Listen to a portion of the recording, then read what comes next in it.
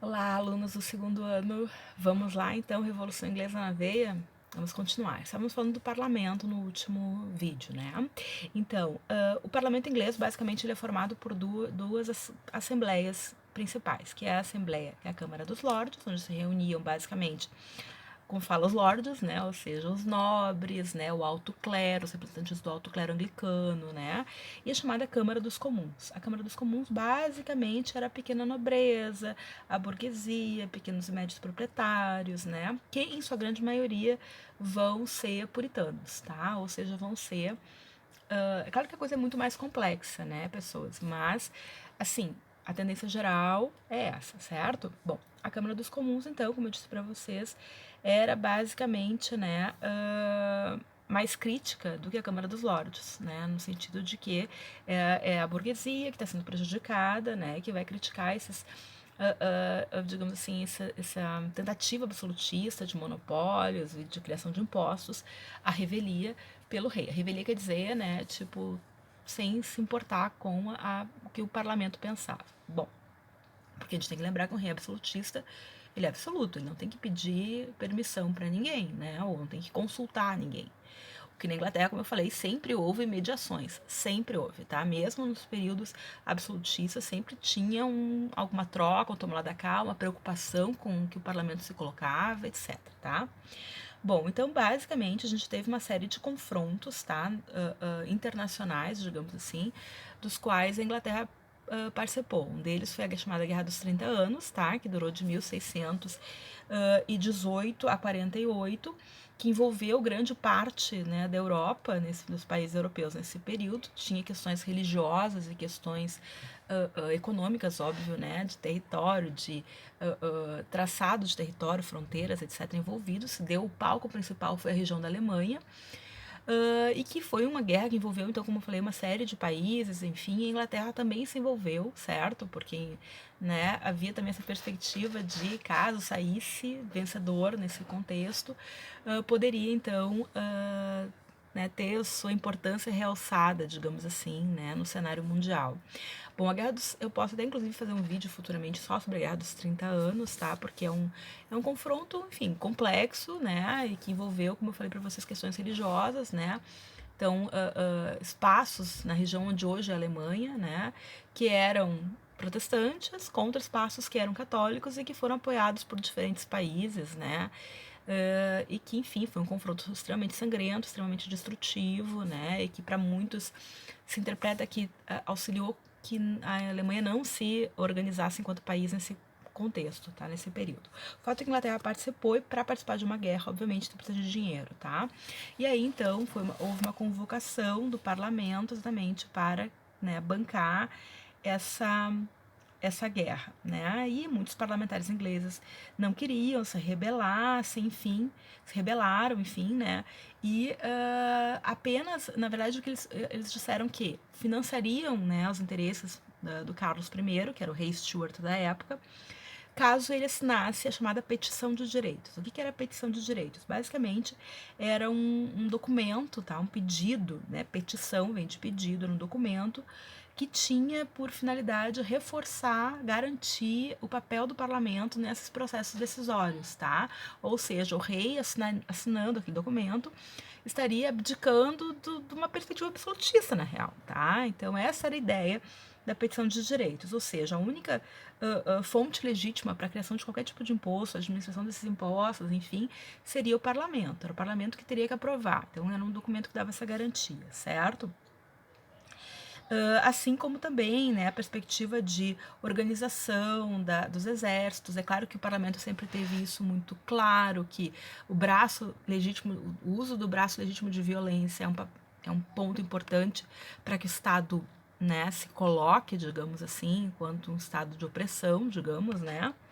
E também questão de prisão de súditos da coroa, no sentido de um controle, de não se, digamos assim, das prisões não serem a revelia, ou serem por questões de oposição política, etc. Então, o parlamento queria ter controle dessas questões, né? Então, deu esse documento, que é a petição de direitos, para que o Carlos I assinasse. Mas aí o Carlos assinou para conseguir o dinheiro, depois, né, cagou para aquilo, não deu mais bola e simplesmente fechou o parlamento, tá? e tentou governar de forma absoluta. E aí fez tudo aquilo que se esperava, digamos assim, né, que ele fizesse. Ou seja, ele acabou criando os impostos que queria, ele acabou perseguindo os seus opositores, prendendo, né, eliminando grande parte desses opositores, né, e basicamente reforçou tribunais que eram ao seu favor, digamos assim, né, que eram controlados pela coroa.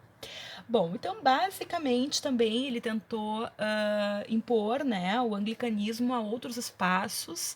A gente tem que lembrar que também os Stuart, então eles continuavam governando outros espaços, né? A Inglaterra ela dominava, né, as regiões onde hoje é a Irlanda, em grande medida a Escócia, sempre houve situações tensas, né, a região do País de Gales, enfim, todo aquele território, né, era controlado pela Inglaterra, basicamente, né, e aí muitos espaços, como a Escócia, por exemplo, ela era profundamente presbiteriana, tá, acabou se tornando, né, pouco a pouco, presbiteriana. Antes era católica, enfim, né? Mas basicamente ela não quis, né, aceitar essa imposição do anglicanismo e a gente vai ter uma série de conflitos. Para ter esses conflitos, né, porque os escoceses também vão, então, né, entrar em guerra com a Inglaterra, vão invadir o norte da Inglaterra. O rei precisa de quê? De dinheiro para poder pagar os exércitos. Aí o que ele faz? Ah, então tá, vou ter que chamar o parlamento. Então ele chama o parlamento, 11 anos depois, se reorganizam o parlamento, digamos assim, certo? Que novamente, né, para conseguir criar, né, para votar esses novos impostos, para poder, digamos assim, financiar mais uma vez, né, eles dizem, tudo bem, então tu assina a petição de direitos mais uma vez, tá? E aí, depois de muita briga, enfim, o Carlos I resolveu fechar o parlamento de novo. Isso é chamado de parlamento curto, porque durou alguns meses, assim, enfim, ou semanas, enfim, foi pouco tempo que durou, porque, na verdade, o parlamento voltou à sua exigência inicial, que era a petição de direitos, e o Carlos, querendo ser absolutista, né, como todo bom Stuart, negou-se, certo? E aí, então, fechou. Só que ele precisava de dinheiro, porque a rebelião agravou, né, as tropas escocesas estavam tendo sucesso, né, na região ao norte da Inglaterra, então ele não teve que fazer. 2 anos depois, 1 ano depois, mais ou menos, ele teve que convocar de novo, tá? Então ele chama o parlamento, que vai ser conhecido, enfim, como parlamento, né, mais longo, enfim. E aí, então, nós vamos ter um novo choque, né, entre os interesses do parlamento e os interesses ingleses, tá? Ingleses no sentido do rei, monárquicos. Bom, então basicamente esse parlamento que foi convocado, ele é chamado de parlamento longo, tá? Porque ele durou mais tempo. E a ideia, de fato, do parlamento foi impor, então, essa série de restrições ao Carlos I, tá? E o Carlos I, no primeiro momento, como precisava de dinheiro, ficou, tá, e tal. E o parlamento foi crescendo suas asinhas, né? Foi, olha, então tô conseguindo, então eu vou começar a pedir mais e mais e mais, né? Então, basicamente, eles, todos aqueles impostos que o Carlos I tinha criado sem aprovação do parlamento foram extintos, certo? Tentou limitar, então, né, os poderes da coroa, né, ou seja, o choque do parlamento, principalmente, é a perspectiva absolutista, tá? E a gente tem que lembrar também de pessoas que, neste período, todos os países são monarquias, em alguma medida absolutistas, tá? Era o que havia nesse contexto, não havia outra opção, digamos assim, não se conhecia, talvez, outra forma, além das formas da antiguidade, claro, né, mas enfim, né, o que estava posto nesse período era monarquias absolutistas, tá? Então, basicamente, eles vão libertar, basicamente, né, as pessoas que foram perseguidas politicamente ou por questões religiosas, né? Eles extinguiram aqueles tribunais, como eu falei para vocês, que eram tribunais da coroa mesmo, que faziam o que a coroa mandava, basicamente, certo? E a ideia é que o parlamento ele tivesse uma regularidade maior, ou seja, né, como eu falei para vocês, o parlamento até então, ele só se reunia quando o rei convocava por algum motivo. Agora o parlamento disse, não, agora a gente vai ter uma periodicidade de encontros, então que seja, sei lá, de 3 em 3 anos, enfim, essa era a ideia, tá? Bom, como a coisa estava tensa, digamos assim, a gente tem que lembrar também que a população estava cada vez mais empobrecida, cada vez mais explorada, né, expulsa, perseguida, né, sofria violências de várias formas, e vendo que havia um problema ali, né, nos setores mais altos, financeiramente falando, né, da sociedade inglesa, grupos populares começaram a entrar também em rebeliões, né, camponeses, várias rebeliões camponesas vão acontecer nesse momento, tá? Pequenos comerciantes, artesãos, enfim, vão começar também a entrar, digamos assim, numa situação de rebeldia, né, de rebelião, para tentar se aproveitar desse momento tenso entre as camadas sociais. Então as coisas estão bastante tensas no cenário inglês, né, neste período, certo? Tudo bem até aqui? Beleza, qualquer dúvida vocês vão entrando em contato comigo, tá? Vamos dar continuidade no próximo vídeo. Até mais!